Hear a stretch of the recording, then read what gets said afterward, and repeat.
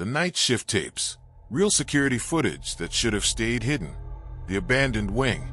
In early 2017, Richard L., a 34-year-old night security guard from Joliet, Illinois, took a job no one else wanted, watching over St. Mark's Memorial Hospital, a century-old building that had been closed since the fire of 1995. The hospital once treated hundreds of psychiatric patients, but after decades of underfunding and several scandals involving patient neglect, it was shuttered and forgotten.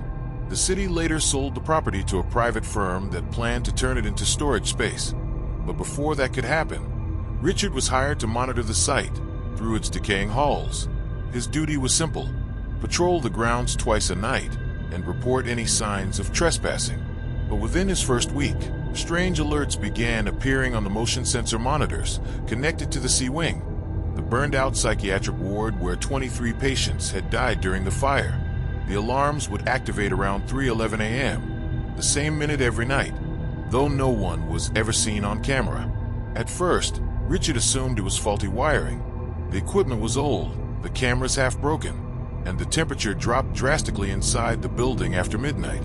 But the following Monday, while reviewing footage, he noticed something move in the hallway between room C12 and C14, a figure that seemed to emerge from behind a corner, lingering in the shadows. The recording was only 3 seconds long, grainy and distorted, yet clearly captured the outline of a human shape, standing perfectly still before fading from view. He filed a routine incident report. His supervisor dismissed it as old tape interference. Still, Richard couldn't shake what he saw. On his next shift, he brought his own GoPro camera and began recording his patrols. For 2 nights, nothing happened. But on the third, the motion alarm triggered again. When he reached C Wing, the air was cold enough to see his breath, and the smell of burnt plastic hung in the air, a scent he later described as like something just finished burning. He turned on his flashlight. Every step echoed. The walls were covered in soot, the floor scattered with broken tiles and medical tags. He passed a door labeled Therapy Room 3, half hanging off its hinges. That was when he heard it, a woman's voice, faint and breathless, whispering something he couldn't understand. The sound wasn't coming from his radio or the hallway. It was inside the room. He froze, heart pounding. The voice repeated, this time louder, "Don't let them burn me again." Richard dropped his flashlight and ran.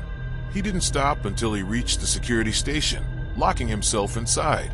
The monitors flickered, switching between static and the live feed from C Wing.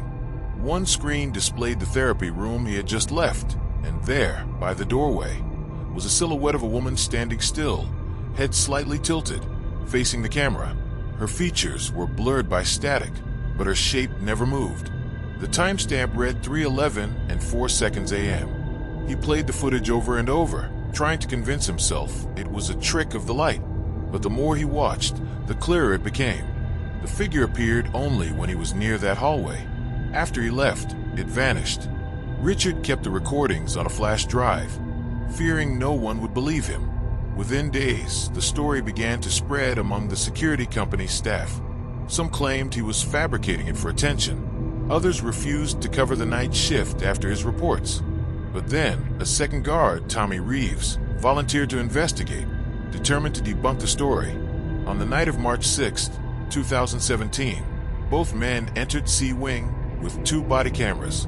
The footage from that night has since become the most discussed real paranormal clip ever leaked on the dark web. The first half shows them exploring empty halls. Then, around 3:10 a.m., one of the cameras flickers. The hallway lights surge bright white for a split second, and a shadow appears between them, standing in the middle of the corridor. It doesn't move, doesn't blink, but both men's voices tremble as they realize the figure is blocking the only exit.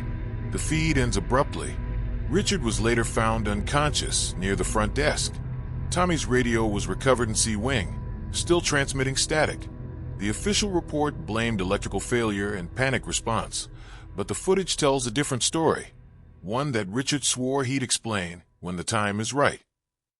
That explanation would come 3 months later, in the tapes that no one was supposed to see. The lost tape point 3 months after the March incident, Richard L. quit his job without notice. The official story was that he had a nervous breakdown, but his neighbor, a retired firefighter named Carl Dunbar, remembered seeing Richard loading boxes into his car late at night, muttering that they didn't want to be filmed. Among the boxes was one marked C-Wing footage copy.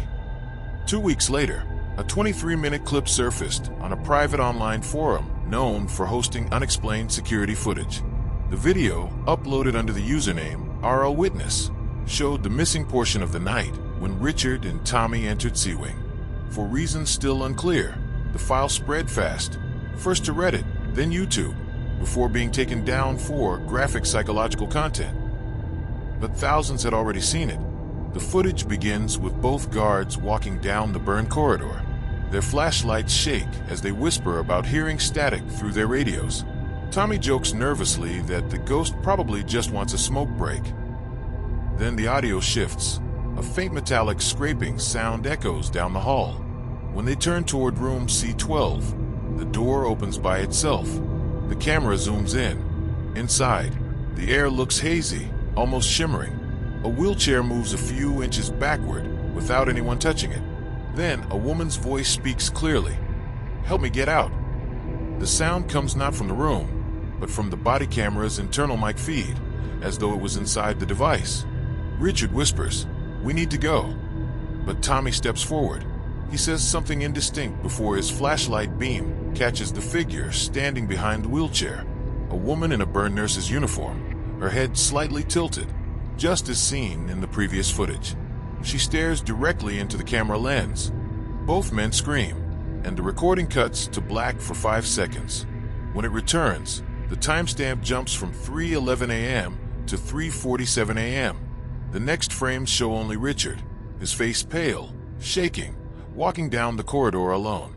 He keeps repeating, "I told her we were sorry. I told her." Tommy is nowhere in sight. Richard leaves the camera near the security desk and disappears off-screen. The footage ends. Investigators later confirmed that no signs of forced entry or third-party presence were found that night. Yet they discovered a chilling detail in the system logs.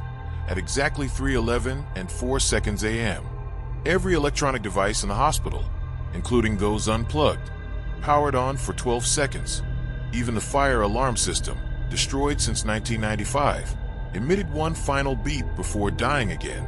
Weeks later, Tommy's badge was found wedged behind a sealed elevator door. Maintenance workers claimed the metal around it was warped, like it had been melted from the inside. No body was ever recovered. Richard resurfaced in 2021 when a journalist from a Chicago paranormal podcast tracked him down living in a rural cabin outside Rockford. He refused to appear on camera but allowed a recorded interview. His voice trembled as he described that night. "I saw her face clear that time. She wasn't angry. She was scared. The fire took the patients first, but the staff locked the ward to contain it.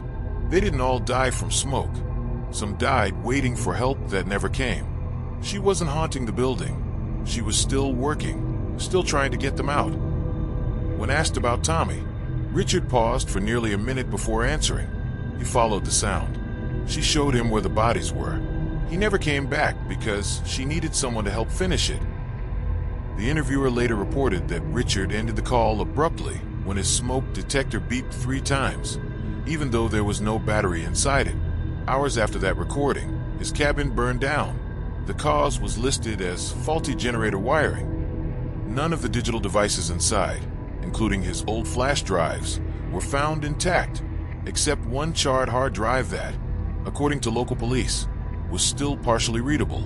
An unnamed technician who examined the disk claimed to have seen video fragments that didn't match any known timestamp.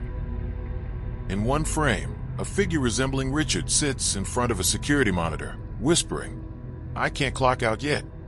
The FBI's Digital Evidence Division later sealed the drive as part of a broader investigation into multiple similar security tape phenomena, incidents across the Midwest.